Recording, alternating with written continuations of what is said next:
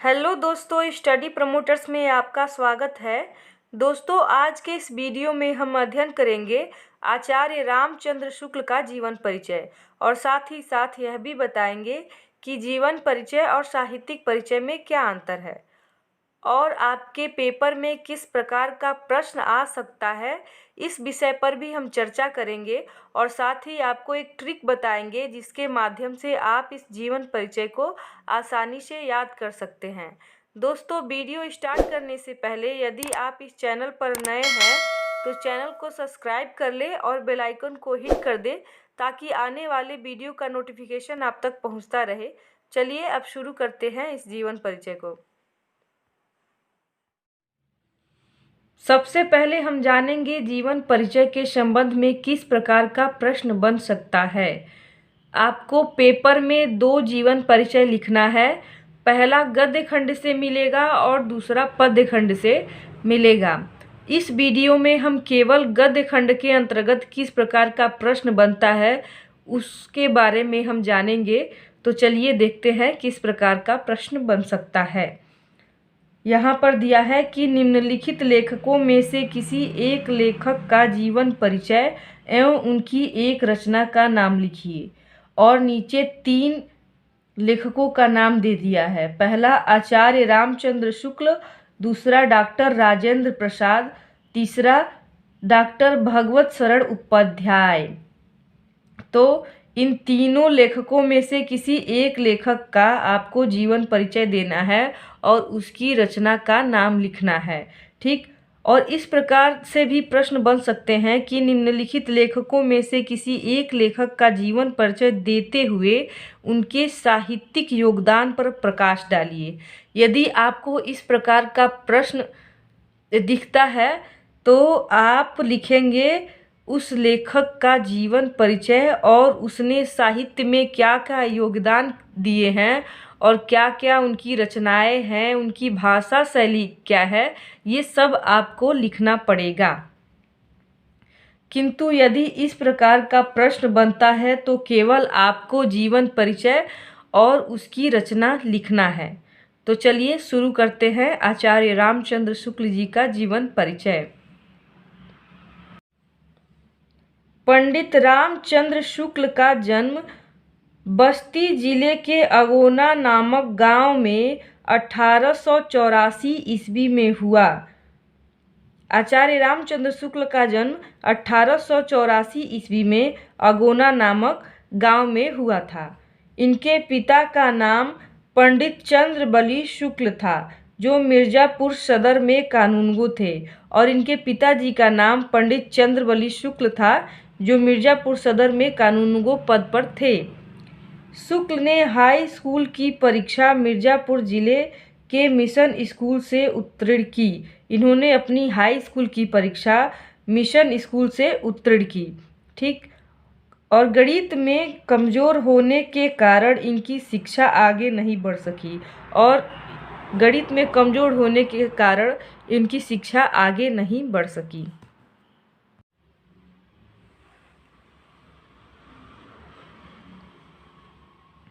Inter की परीक्षा के लिए कायस्थ पाठशाला इलाहाबाद में प्रवेश लिया, किंतु अंतिम वर्ष की परीक्षा से पूर्व ही विद्यालय छूट गया। इन्होंने अपना इंटर की परीक्षा के लिए कायस्थ पाठशाला इलाहाबाद में प्रवेश लिया, किंतु अंतिम वर्ष में इनका परीक्षा छूट गया और मिर्जापुर में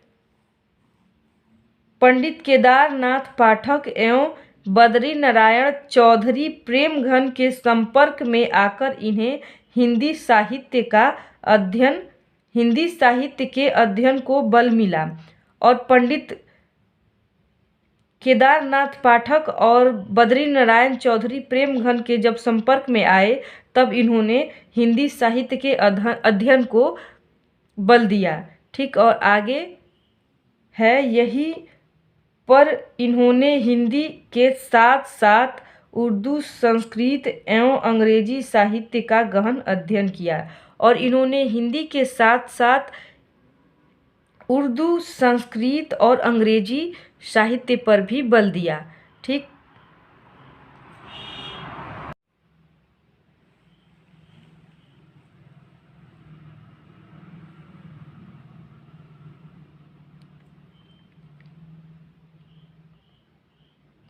कुछ दिनों के लिए इन्होंने मिशन हाई स्कूल में ड्राइंग मास्टर के पद पर काम किया। हिंदी शब्द सागर के लिए वैतनिक सहायक के रूप में काशी आ गए। इन्होंने कुछ दिनों तक ड्राइंग मास्टर के पद पर काम किया और हिंदी शब्द सागर के लिए इन्होंने वैतनिक सहायक अर्थात कम वेतन पर वह इसके संपादन के लिए काशी आ गए और बाद में इनकी नियुक्ति काशी हिंदू विश्वविद्यालय में हिंदी के प्राध्यापक के पद पर हो गई और बाद में इनकी विशेषताओं पर अर्थात यह हिंदी में काफ़ी अच्छा ज्ञान था इनका, हिंदी में काफ़ी अच्छा ज्ञान था, तो यह काशी हिंदू विश्वविद्यालय में हिंदी के प्राध्यापक हो गए, अध्यापक हो गए। बाबू श्याम सुंदर दास के अवकाश प्राप्त करने के बाद शुक्ल जी ने हिंदी विभाग के अध्यक्ष पद को भी सुशोभित किया और जब बाबू श्याम सुंदर दास का अवकाश हो गया, वह अवकाश प्राप्त कर लिए, तो इन्होंने बाबू श्याम सुंदर दास जी के स्थान पर हिंदी विभाग के अध्यक्ष बन गए। ठीक, और आगे इसी पद पर कार्य करते हुए 2 फरवरी सन 1941 ईस्वी में इनका देहावसान हो गया। 2 फरवरी सन 1941 ईस्वी में इनकी मृत्यु हो गई। जैसा कि हम आपको बताए थे कि एक हम छोटा सा ट्रिक देंगे जिसके माध्यम से आप आसानी से इस जीवन परिचय को याद कर सकते हैं। ठीक है, तो चलिए अब इस ट्रिक को देखते हैं। आचार्य रामचंद्र शुक्ल के जीवन परिचय को याद करना है हमें।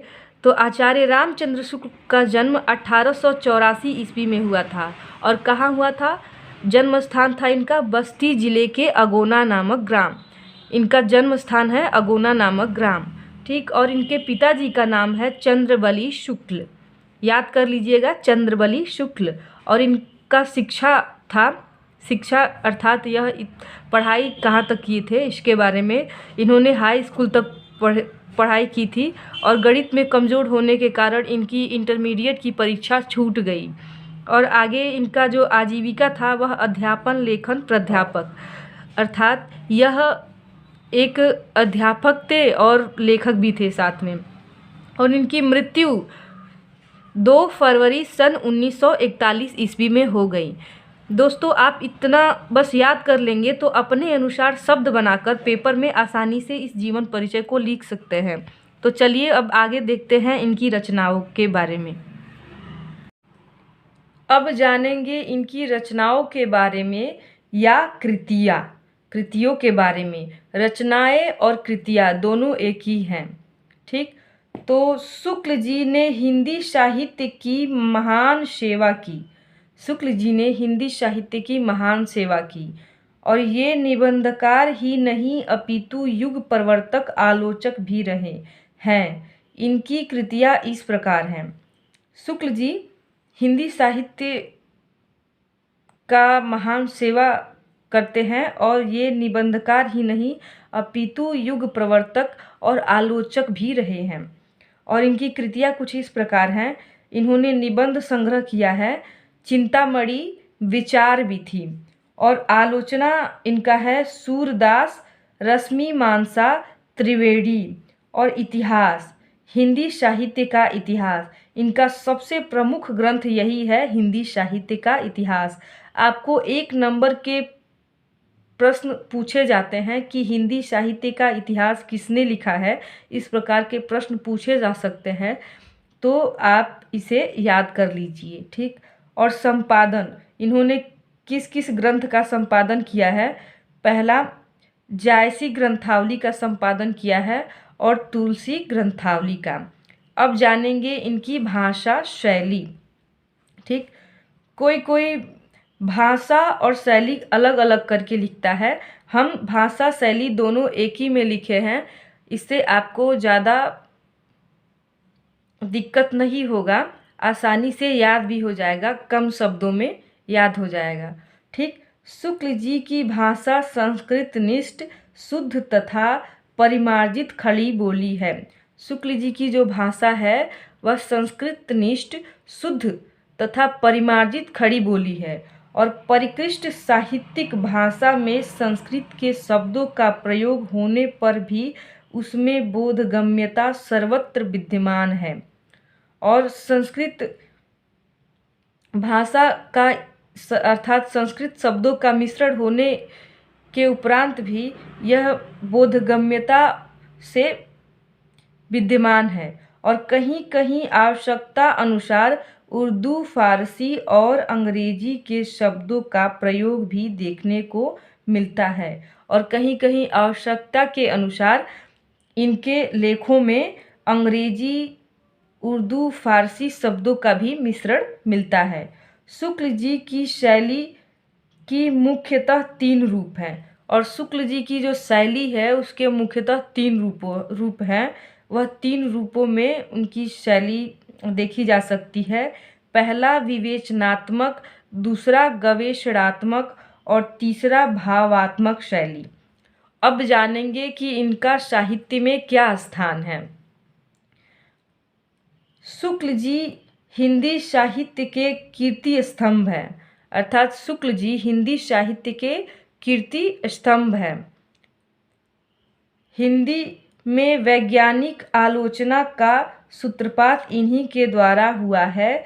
ये हृदय से कवि और मस्तिष्क से आलोचक तथा एक कुशल अध्यापक थे। ये हृदय से कवि और मस्तिष्क से आलोचक तथा एक कुशल अध्यापक थे। दोस्तों, अब हम बात करेंगे कि जीवन परिचय और साहित्यिक परिचय में क्या अंतर होता है। जीवन परिचय में किसी लेखक या किसी कवि के पूरे जीवन वृत्तांत को लिखा जाता है, अर्थात जन्म से लेकर मृत्यु तक के बारे में लिखा जाता है और साहित्यिक परिचय में हमारा मुख्य उद्देश्य किसी साहित्यकार के साहित्यिक जीवन पर प्रकाश डालना होता है और इसमें साहित्यकार के निजी जीवन से अधिक उसकी शिक्षा, साहित्य व साहित्यिक उपलब्धियां अधिक महत्वपूर्ण होती हैं। दोस्तों, हम आशा करते हैं कि आपको यह वीडियो अच्छा लगा होगा। यदि आपको यह वीडियो अच्छा लगा है तो हमें कमेंट करके ज़रूर बताएं और वीडियो को लाइक ज़रूर कर दें और अपने दोस्तों से ज़्यादा शेयर करें ताकि वे भी लाभ उठा सकें। और बहुत जल्द हम फिर मिलेंगे एक नए वीडियो के साथ। तब तक के लिए नमस्कार।